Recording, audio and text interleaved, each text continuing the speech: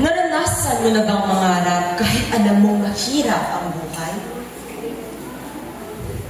Ako, naranasan ko yan pero hindi para sa akin. Para sa aking tito na si Papa Aday. Lumaki siya sa isang malaking pamilya. 14 silang magkakapatid.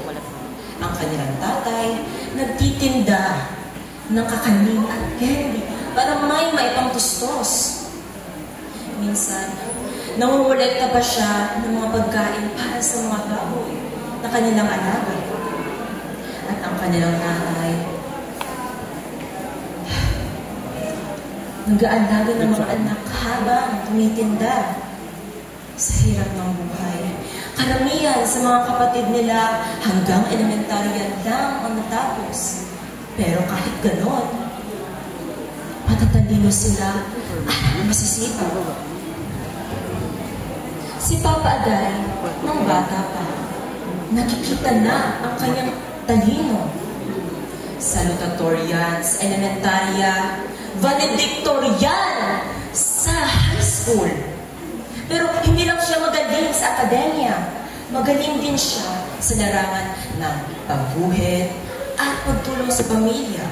Katulad ng pagtitinda sa palengke habang nag-aaral. Nang nag-kolehiyo na siya, hindi naging madali. Sa Divine Word College ng Maynila, siya nagsimula.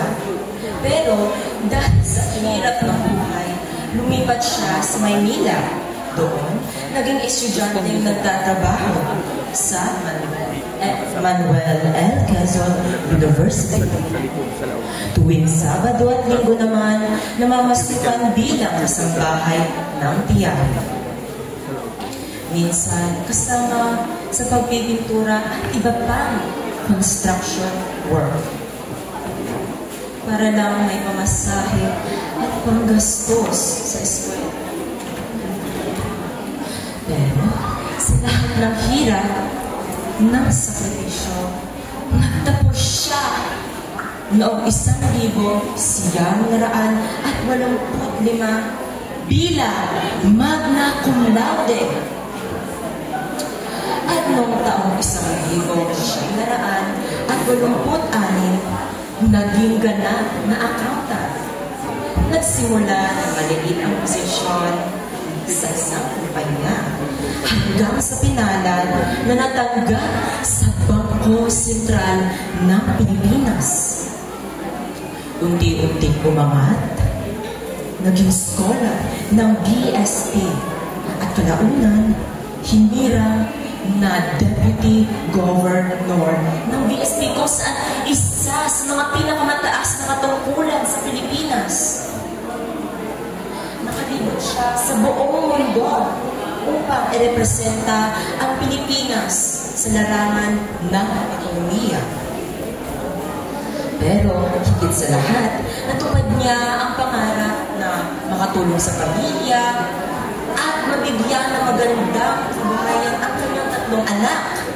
Isang mamahayag, isang doktor, at isang kawani ng BSP. Pero ngayon, retirado na siya. Masayang kasama ang kanyang asawa at pamilya. At ikinagagalak kong ibahagi sa inyo ang kwento ng aking tiyuhin sa Papa Aday.